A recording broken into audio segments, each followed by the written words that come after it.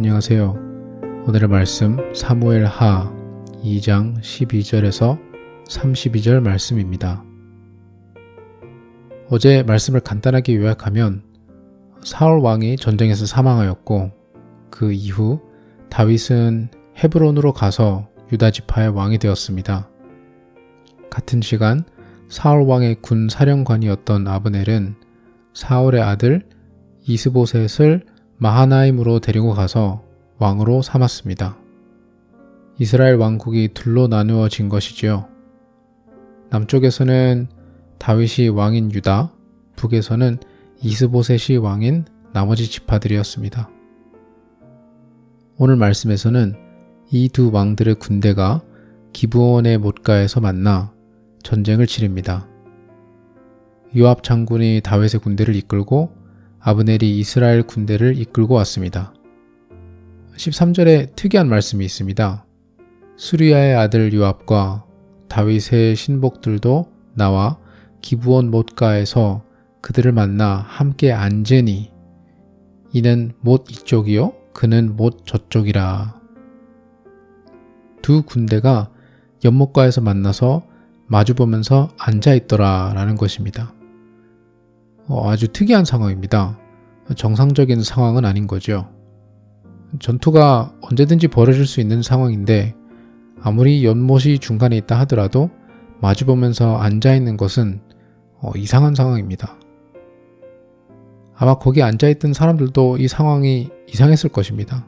어떻게 보면 서로 같은 편이어야 하는데 싸우려고 하는 거지 않습니까? 슬픈 상황인 거죠. 블레셋을 싸우듯이 확실한 적이면 그냥 속 시원하게 싸우면 되는데 그런 상대가 서로에게 아닌 것입니다. 가끔 저희도 이럴 때가 참으로 많습니다. 부부간 마찰이 있으면 어느 순간 우리가 왜 이러고 있나 이런 생각이 들 때가 있습니다. 같은 편인데 각자가 본인 거를 필사적으로 챙기지 않으면 손해보는 것처럼 되어버린 그러한 상황. 하나님께서 아담과 하와 때부터 한 몸이라고 말씀하실 정도로 하나 되어야 하는데 이렇게 싸우고 분쟁하는 저희의 모습을 돌아보게 됩니다. 교회도 마찬가지입니다. 일상 속에서 그렇게 느껴지진 않을지라도 저희는 지금 영적 전쟁터 속에서 살고 있습니다. 이 치열한 전쟁 속에서 교회의 모든 인원이 함께 힘쓰며 싸워야 하는데 가끔은 이런저런 마찰로 인해서 그러지 못하고 각자 힘들게 각계 전투하고 있는 경우가 있지는 않는지요. 그리고 가끔은 협조를 못하는 것을 넘어 그리스도의 군사끼리 싸우고 있는 저희의 모습을 보게 됩니다. 지금 요압이 이끄는 다윗 왕의 군대와 아브넬이 이끄는 이스라엘 군대가 이 같은 상황입니다. 특히 장군급 되는 사람들은 서로 다 알고 있는 사이일 겁니다. 기브온의 연못에서 같이 한 민족이 되었어야 할 형제끼리 서로 죽이려고 와서 앉아있는 것입니다. 14절 말씀에 드디어 아브넬이 요압에게 각 팀에서 청년 12명씩 싸움에 붙여보자고 제시를 합니다. 그리고 요압이 받아들이고 한편에 청년 12명씩 해서 서로 칼로 찔러서 모두가 동시에 사망하는 일이 생깁니다. 16절 말씀에서는 이 상황을 이상하다 싶을 정도로 상세하게 설명해주고 있습니다. 그냥 24명 전원이 싸우다가 사망했다 라고 하면 되는데 굳이 각자 상대방의 머리를 잡고 칼로 상대방의 옆구리를 찔러서 모두가 일제히 쓰러졌다 라고 기록되어 있습니다. 이 상황의 허무함을 보여주고 있는 거지요.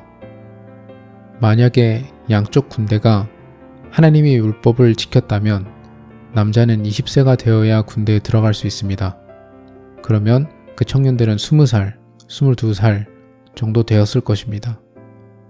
만약에 하나님이 율법을 그대로 안 지켰다면 그때 죽은 청년들의 일부가 10대였을 수도 있습니다. 지도자들의 복잡하고 이기적인 정치에 청년들이 죽어나가고 있는 것입니다. 저희 또한 마찬가지입니다. 나 자신의 욕심이나 내가 용서하지 못하는 마음, 화를 다스리지 못하는 마음, 그 마음이 마음으로만 남아있지 않고 겉으로 표시되기 시작하면서 주변 사람들에게 상처 주고 시험 들게 하고 그리스도의 빛이 되어야 하는데 그러지 못할 때가 있지 않습니까? 가족끼리, 그리스도인들끼리 다투고 외면하는 것도 마음 아픈 일인데 그 상황 속에서 의도를 했던 안 했던 주변 사람들이 다칠 수 있다는 것을 기억해야 합니다. 한국은 지금 출산율 문제가 심각하죠. 아시겠지만 지금 세계 1위를 달리고 있습니다. 많은 분들이 경제가 문제다, 집값이 문제다 등 금전적인 여유가 부족해서 아이를 낳지 않는구나 라고 생각하시는 분들이 계십니다. 경제적 부분을 무시를 할 수 없을 것입니다. 하지만 한국보다 경제적 사정이 훨씬 더 힘든 나라들도 많습니다. 한국의 중고등학생들과 청년들과 직접 대화를 하다 보면 가정에서 경험했던 것들로 인해서 본인은 나이가 들어서 그러한 생활을 반복하고 싶지 않다라고 말을 많이 합니다. 마치 부모가 서로 대치하면서 평생 살아가는 것이 정상인 것처럼 묘사되는 경우도 많습니다. 가끔 가족끼리, 부부끼리 싸울 수도 있습니다. 하지만 싸움 이후에 서로를 이해하고 품어주고 다시 하나가 되려고 노력을 하는 그러한 시도가 점점 줄어들어 하나님께서 의도하신 진정한 화목한 가정의 모습을 보지 못하고 자란 청년들이 너무나도 많습니다. 차라리 혼자서 편안하게 살겠다고 생각하는 것입니다.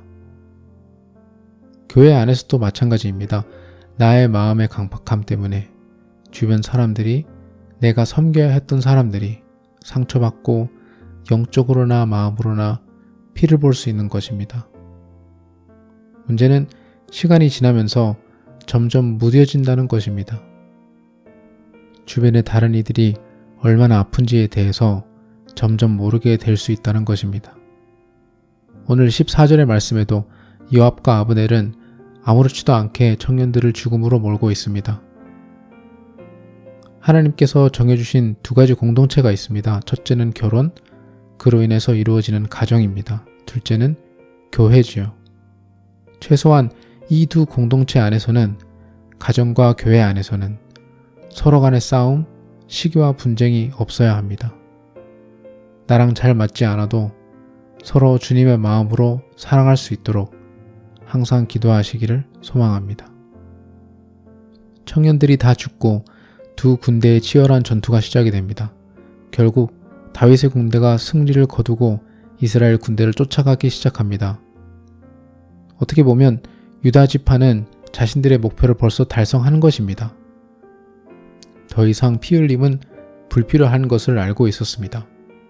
지금 싸우고 있는 당사자들은 서로가 형제간이라는 것을 잘 알고 있습니다. 26절 말씀에 보면 아브넬이 언제 무리에게 그의 형제 쫓기를 그치라 명령하겠느냐라고 말하고 27절에 마찬가지로 요압은 그의 형제를 쫓지 아니하였으리라 라고 하고 있습니다. 서로가 형제인 것을 잘 알고 있습니다. 하지만 19절에 보면 요압 장군의 동생인 아사엘이 아브넬을 엄청난 속도로 추격합니다. 어떻게 보면 상황이 거의 종료가 되었는데 상대의 장군을 죽임으로써 그의 갑옷과 무기를 뺏어서 영광을 누리겠다는 욕심이지요. 아브넬은 이것을 알고 아사엘을 말려보지만 소용이 없었습니다. 그렇다고 그냥 있으면 아브넬도 죽게 되니 반격을 할 수밖에 없죠. 아브넬의 창에 맞아 아사엘은 죽임을 당합니다. 이로 인해서 빨리 끝났을 수 있었던 전쟁이 길어집니다. 복수를 원하는 요압과 그의 군대는 계속 아브넬과 그의 군대를 쫓아가고 한참이 지나서야, 그리고 아브넬이 사정을 해서야 전투가 종결이 됩니다. 나중에 이 사건을 잊지 못한 요압이 다윗의 편으로 돌아온 아브넬을 살해하기까지 합니다. 그리고 그로 인해서 다윗이 죽는 날까지 요압을 견제하기까지 하고요. 물론 요압이 아브넬을 살해한 것은 명백한 잘못입니다. 하지만 이 모든 사건의 시초는 아사엘의 욕심이기도 합니다.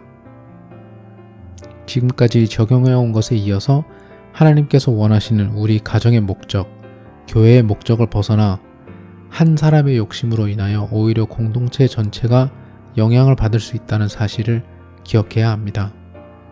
한 사람의 소원, 욕심, 의지보다는 하나님께서 우리 공동체를 어떠한 방향으로 이끌어 가시는가를 잘 이해해야 합니다.